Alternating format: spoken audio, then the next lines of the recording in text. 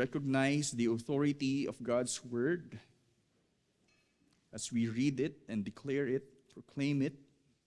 Our text is in Luke chapter 15, and we will finish the rest of chapter 15. So verse 25 hanggang verse 32. Luke 15 verses 25 to 32. So church, hear the word of the Lord. Now his older son was in the field, and as he came and drew near to the house, he heard music and dancing. He called one of the servants and asked what these things meant. And he said to him, "Your brother has come, and your father has killed the fattened calf, because he has received him back safe and sound." But he was angry and refused to go in. His father came out and entreated him, but he answered his father, "Look, these many years I have served you, and I have never disobeyed your command. Yet you never gave me a young goat that I might celebrate with my friends. But when this son of yours came, who has devoured your property with prostitutes, you killed the fattened calf for him." And he said to him, "Son, you are always with me, and all that is mine is yours. It was fitting to celebrate and be glad, for this your brother was dead and is alive. He was lost and is found." Church, this is the word of the Lord. Salamat po. Sige po, makakaupo na po tayo.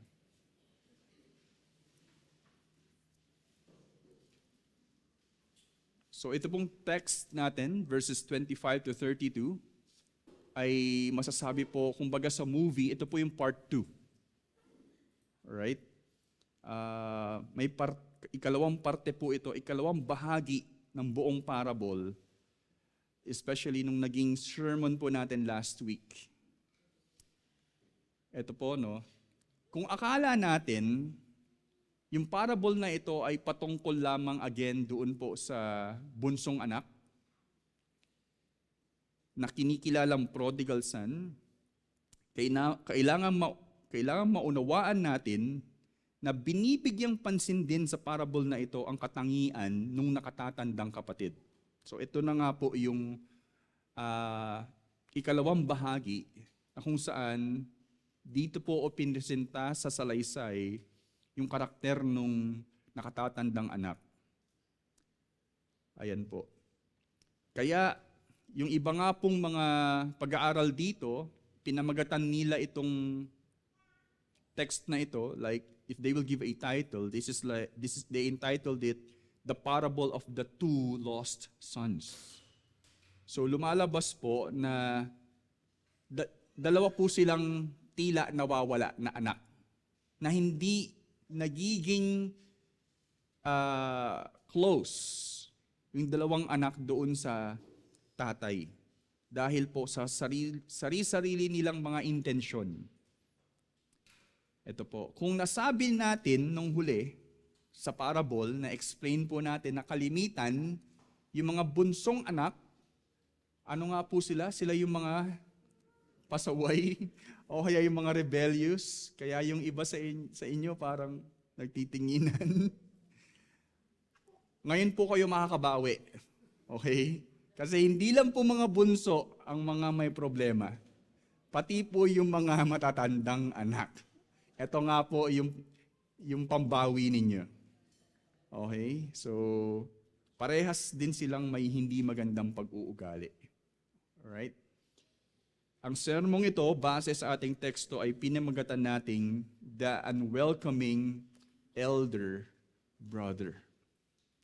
The Unwelcoming Elder Brother. So, ito po ay makikita natin na throughout the story or in the parable, in this part, nire-refuse, sabi nga, he refused to go in, at nire-reject niya yung celebration, hindi daw ito tama. Okay, so ito po yung larawan nung nakatatandang kapatid dito sa parable. Pero meron po itong mahalagang mensahe sa atin. Ang sentral na mensahe nito ay, the generous welcome of God toward repentant sinners exposes the heart of the self-righteous, calling them as well to be reconciled. Again, the generous welcome of God toward repentant sinners exposes the heart of the self-righteous, calling them as well to be reconciled. Dahil po doon sa celebration, doon po sa naging pasaway na bunsong anak, sa sobra-sobra, labis-labis na selebrasyon, na-trigger po itong nakatatandang kapatid. At hindi tinatanggap yung ganong klaseng selebrasyon. Kasi lumalabas na sa kabila ng lahat ng ginawa ng kapatid kong ito, at sa panunumbalik niya, ito pa yung gagawin mong pag-welcome sa kanya, let's say. Pero lumalabas dahil po doon, na-reveal yung puso ng kapatid na ito. Pero sa pag-expose ng heart niya, ang totoong layunin ng Diyos ay siya din ay makipag-reconcile. Siya din ay manumbalik. Sa Tagalog, ang masaganang pagtanggap ng Diyos sa mga nagsisising makasalanan ay isinisiwalat ang puso ng mga mapagmatuwid sa sarili na tumatawag din sa kanila upang makipagkasundo. So, two sides of the coin, the utterly guilty sinners, yung totoong talagang rebellious sinners, yes, they are called sinners, pero meron din pong tila hindi makasalanan, pero laging makasarili. Laging mapagmataas. Laging siya ang tama sa lahat. These are two extremes na parehas pong guilty sinners na ina-address po ng parable na ito. Kumpleto po yung parable. Pero tandaan po natin yung weight ng series of parables na ito. No? Una yung parable of the lost sheep, lost coin. Ito po yung lost two sons, kumbaga. Binibigyang pansin ni Jesus dito, lalo na yung mga tao na ayaw tumanggap sa mga makasalanan. Why? Because the context here is, again, may mga Pharisees na hindi natuwa sa pag-welcome ni Jesus sa mga tax collectors and sinners. And here comes the parable. And mas binigyang diin ni Jesus yung nangyari sa huli. Itong teksto po natin. May tatlong bagay na maaari nating makuha mula sa teksto. Three things that we can draw out from the text. Verses 25 to 28, first sentence, sabi po dito, I described it as refused welcome. So, ni-refuse or refused welcome. And second part of verse 28 hanggang 30, pangalawa, I called it undeserved welcome. Undeserved welcome. At pangatlo, the last verses 31 to 32, we called it necessary welcome. Hindi lang po appropriate na hindi fitting, kasi maganda nga yung, although ginamit ito, it was fitting, pero sabi, ang tamang term dito ay it was necessary. Kailangang mag-celebrate. Yun po yung tatlong bagay na makukuha natin dito. So simula po tayo sa una, refused welcome, verses 25 to 28a.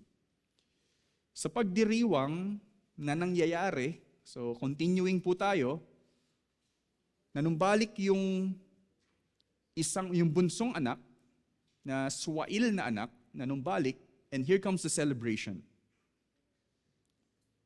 Sa pagdiriwang na nangyayari dahil sa pagbabalik ng nakababatang anak, nabanggit din sa wakas. Napansin niyo po ba? Throughout the parable, hindi lang hindi lang wala sa eksena hindi lang tahimik yung elder brother or older brother, siya din ay wala sa eksena. That is a genius style of narrative kasi marami pong pwedeng i-interpret doon. Yun ba ay ayaw lang bigyang spotlight ng writer, or at least si Jesus, yung naggumawa ng parable, ayaw niyang ilagay sa spotlight muna yung older son, or throughout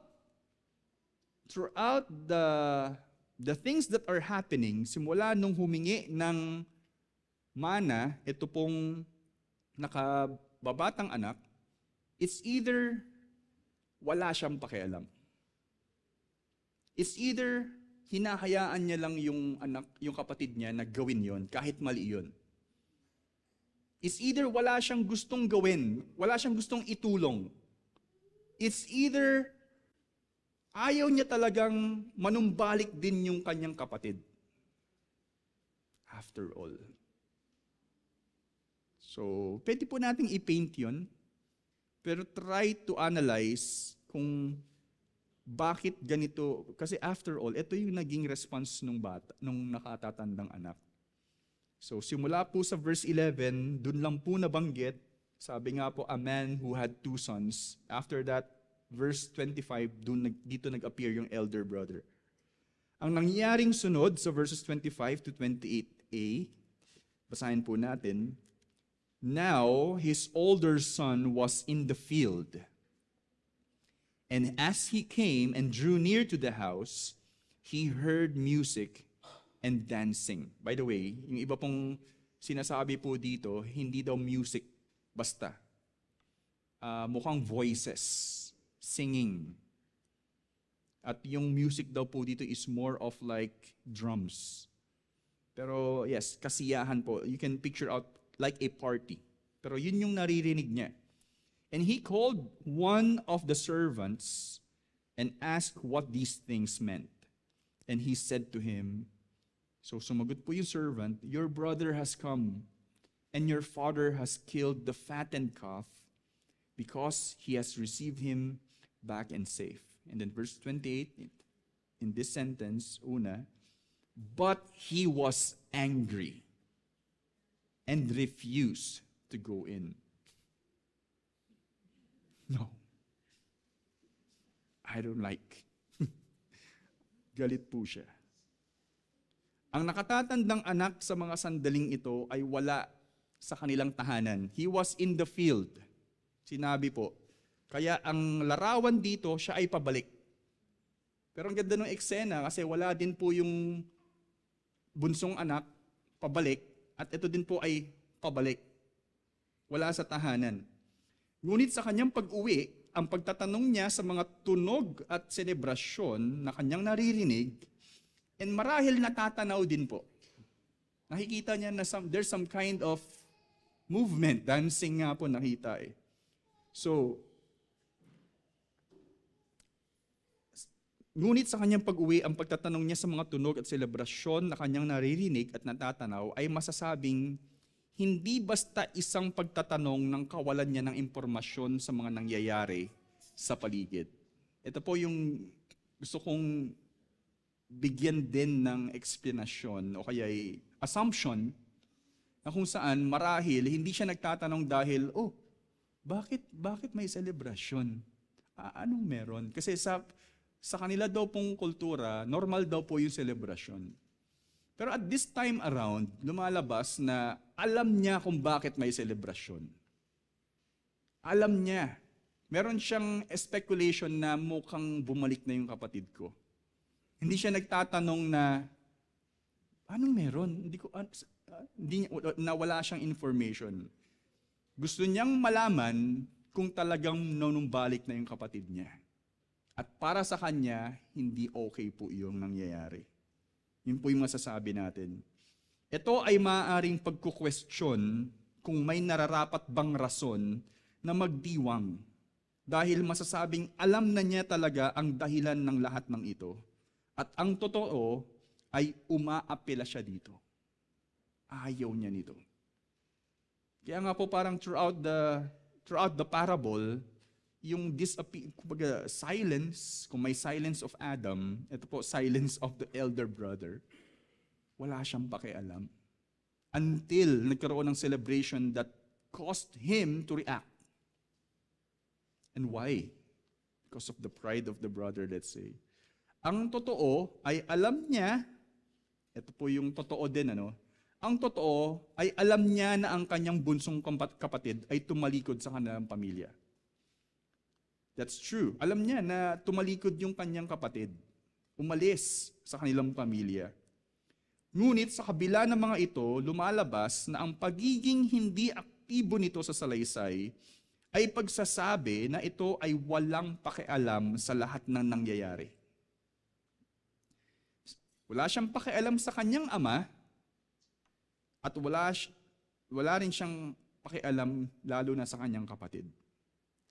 Ang impormasyong sinasabi ng kanilang lingkod, actually yung servant dito ay sinasabing young boy, ay maaaring kumpirmasyon na sa kanyang hinala na manunumbalik ang kanyang bunsong kapatid, kumpirmasyon sa kanyang hinala. At ang kanyang ama, alam niya na natatanggapin lang ito ng kanyang ama. So alam niya marahil na babalik ang kapatid ko at alam niya na sabi ko na ito yung gagawin ng aking ama. After all. Dahil dito, siya nga po ay nagalit at tumangging pumasok sa kanilang tahanan. Ang ganitong asal ay sinasabing insulto rin. If you remember, yung pagpunta ng ama doon sa anak is like an offense. At yun nga po, imbis na itong anak na ito ang lumapit sa ama, lumapit muli yung anak from the house, pumunta doon sa distant na elder brother. At sabi nga po, it is worthy of discipline. At kahit daw po tanggalin yung mana. Ngunit, ito po yung nangyari. Sa halip na gawin ito ng kanilang ama, gayon pa man, however, tinanggap pa rin nito ang kalapastangan ng kanyang nakatatandang anak para lang mapagkasundo ito sa kanyang bunsong anak. So, if you can feel yung hardness ng mga tao na talagang ayaw magpatinag sa kanilang pride, let's say, ang ginawa po ng ama, hinayaan niya na kahit papano lapitan pa rin yung kanyang anak para mapagkasundo niya yung kanyang anak. Pero ang nakatatandang anak ay nagmatigas at hindi kayang tanggapin ang kanyang kapatid at ang ginawa ng kanyang ama sa panunumbalik dito. Wow. For him, hindi tama iyon. Again, alalahanin po natin na ang parting ito ng parable ay malinaw na patuloy na tugon ni Jesus sa mga Pharisees and scribes. Going back to the context, ba't siya nagbigay ng parable, ang mga Pharisees and scribes ay mga makasirili o mapagmataas at tumatanggi sa ginawang pagtanggap ni Jesus sa mga tax collectors at sa mga makasalanan. If we will come to think of it patungkol sa ating sarili, marahil ikaw rin ay katulad ng mga ito. Ang taas ng tingin mo sa iyong sarili at tumatanggi ka rin sa pagtanggap basta-basta sa mga taong nagkamali o nagkasala sa iyo. Lagi mong iniisip na ikaw ay tama at ang iyong kapwa ay laging mali. Ngunit ang tanong, saan mo lagi tinutuon ang iyong sarili? Sa mga mali ng iyong kapwa o sa kanilang kabutihan? Ano po yung mas malamang? Kung meron pong isang damit na maputing-maputi Pero merong isang tuldok na itim, ano yung mapapansin mo? Yung puti, uy, may dumi. Ano pong pinapansin natin lagi? Yung mali ng ating kapwa o yung kabutihan ng ating kapwa? Ito nga po yung isang tanong. May kabutihan ka na bang pinansin sa iyong kapwa? O laging ang pinapansin mo lang ay yung mga mali ng iyong kapwa? Right? Yung parang tanong na, wala na nga, puro nga mali ang napapansin ko. So first is refused welcome.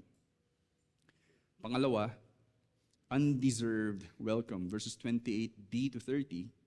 Okay, sa pagpapatuloy po, sabi sa verses 28, yung second part, hanggang 30, sabi po dito,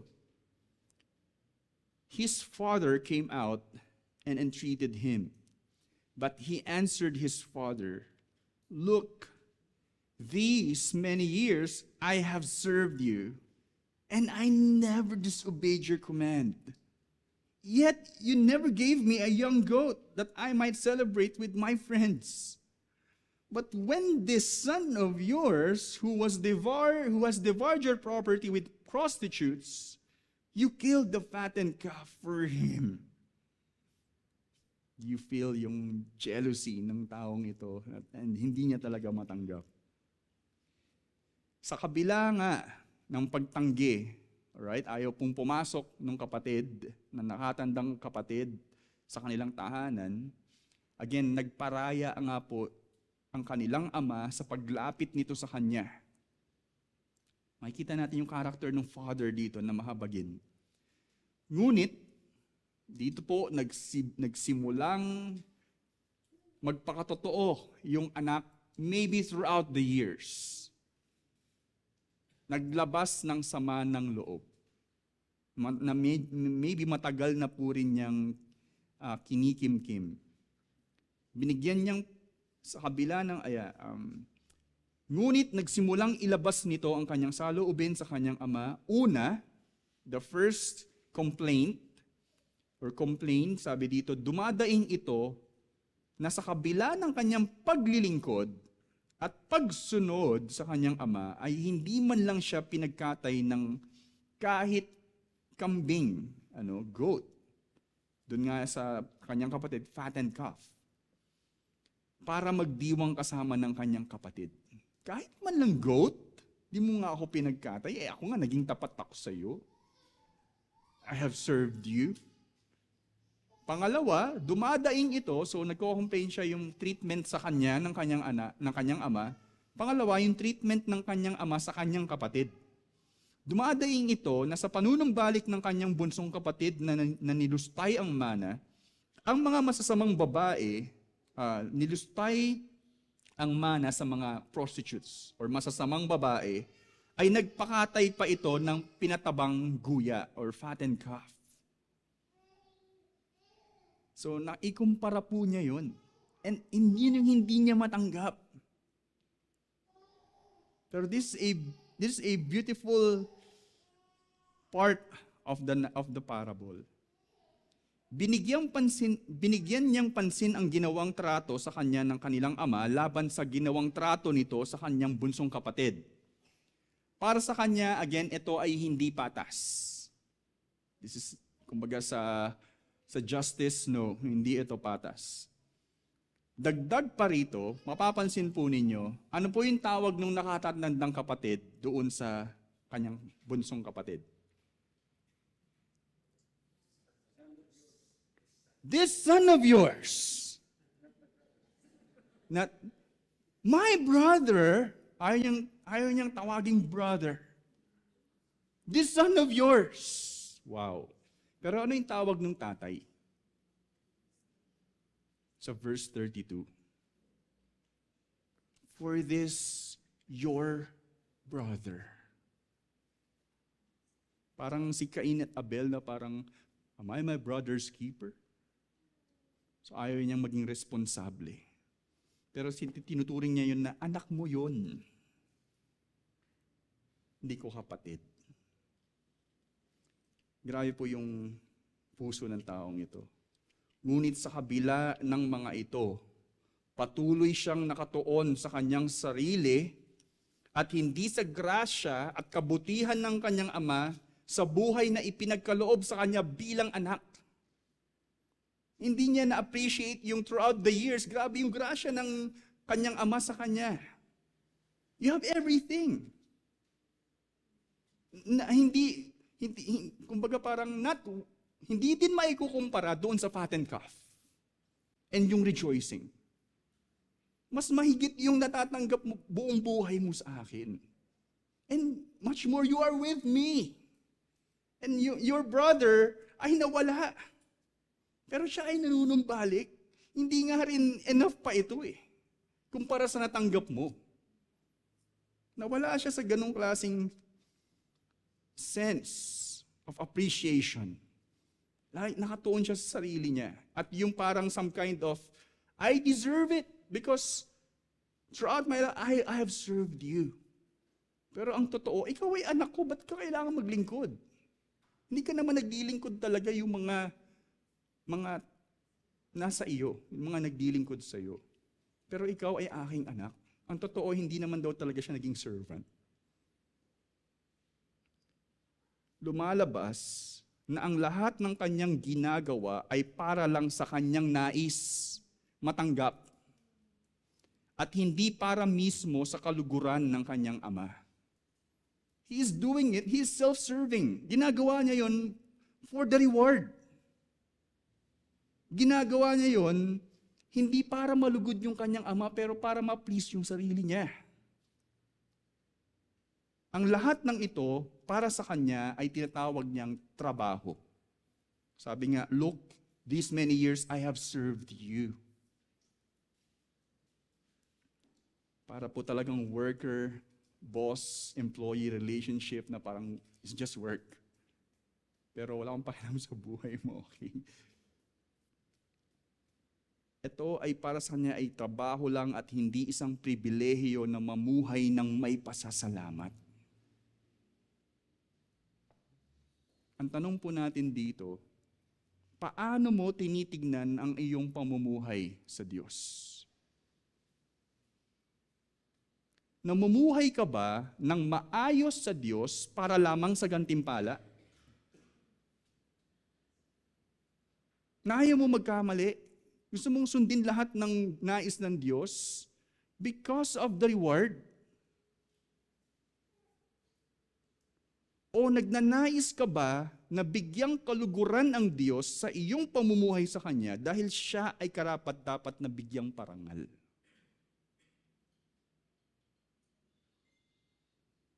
That you are living for the Lord because He is worthy of everything in your life. Not for any gain.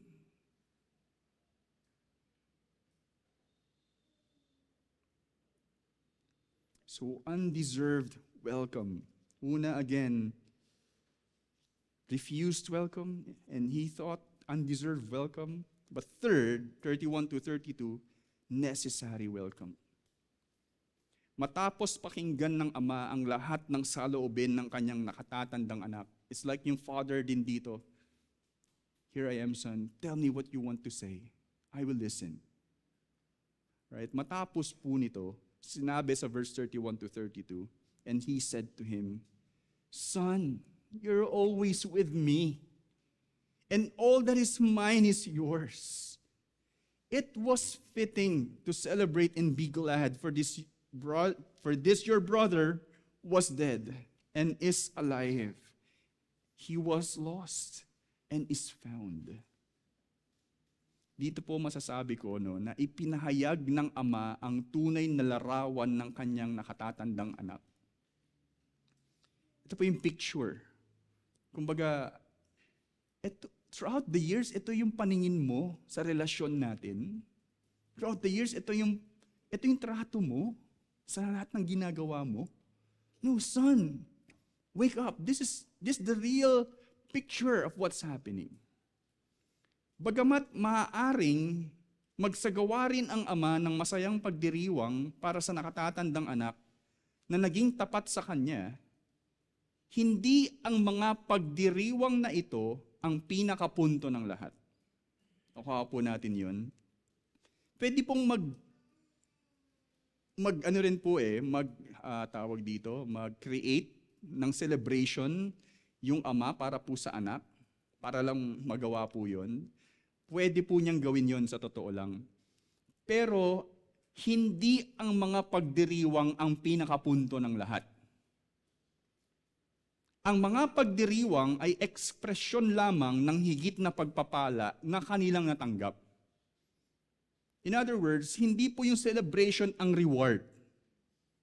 It is just the expression of the greater reward that he already has or have. Ang higit na pagpapala ay ang katotohanan na sila ay nasa piling ng kanilang ama. That's the greatest reward of all. Nakapiling nila yung kanilang ama. I like what we sang earlier. Sabi po dun sa bridge ng Jesus, there's no one like you. All we have, all we need, all we want is you. Lahat daw ng meron tayo, lahat ng kailangan natin at lahat ng gusto natin ay si Jesus lamang. And then if I will use the contemporary song of Alicia Keys, I will turn it into, anyway, whatever. Sabi po niya sa kanta niya, no? Some people live for the fortune. So, some people live for the fortune. Some people live just for the fame. Some people live for the power. Some people live just to play the game. Some people think that the physical things define what's within. And I've been there before. That's a life's a bore. That life's a bore. So full of the superficial. Kaya sabi niya, some people want it all. Some people want it all, but I don't want nothing at all if I ain't you. Sabi niya, baby. If it ain't you, if I ain't got you. Kung hindi lang ikaw yung makukuha ko, kung hindi ikaw yung pinaka-reward ko. Sabi pa niya dito, some people want diamond rings. Some just want everything. But everything means nothing if I ain't got you. The point here is, hindi yung riches, not the celebration itself. The greatest reward is his Father. The life that he has with his Father.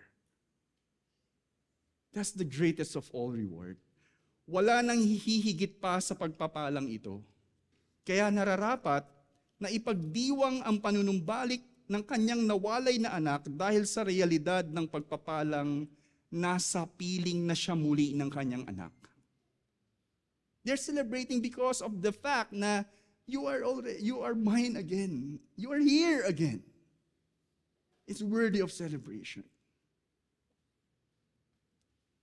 Kaya ang tanong po natin dito, para sa'yo, ano ang mas mahalaga? Ang mga pagpapalang nais mong matanggap sa Diyos? O ang tunay na pagpapalang ikaw ay nasa piling ng Diyos? Everything means nothing if we ain't got, if we do not have God, let's say. Pinapahalagahan mo ba ang panunumbalik? Another thing that we need to know here is, pinahahalagahan mo ba ang panunumbalik ng iyong kapwa makasalanan?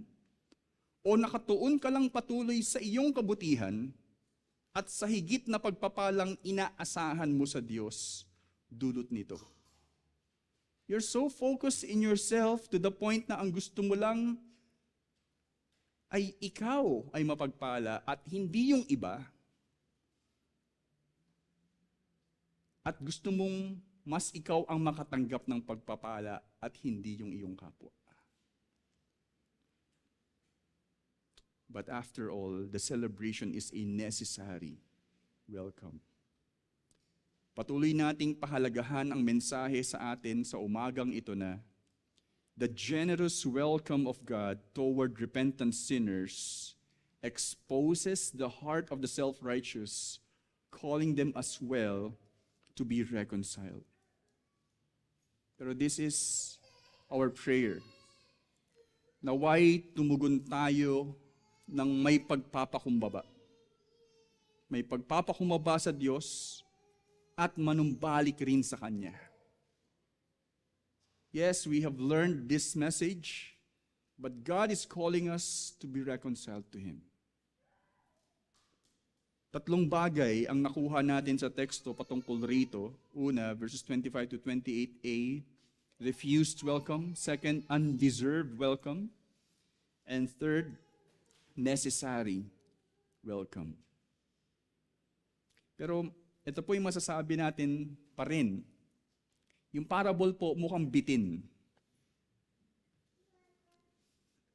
Kung mapapansin po ninyo, nagtapos po yun sa sinabi lang nung ama at wala nang naging response yung elder brother.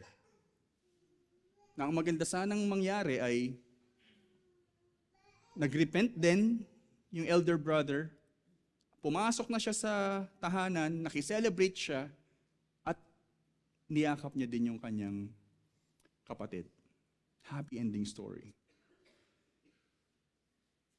Pero masasabing nagtapos ito na hindi tinukoy ito para po tayo ang gumawa nito. This calls for an action.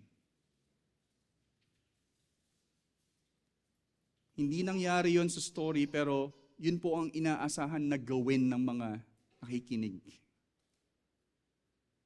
Nais rin ni Jesus na ikaw ay magpakumbaba sa Kanya, mamuhay para sa Kanyang kaluguran, at mahalin mo ang iyong kapwa makasalanan.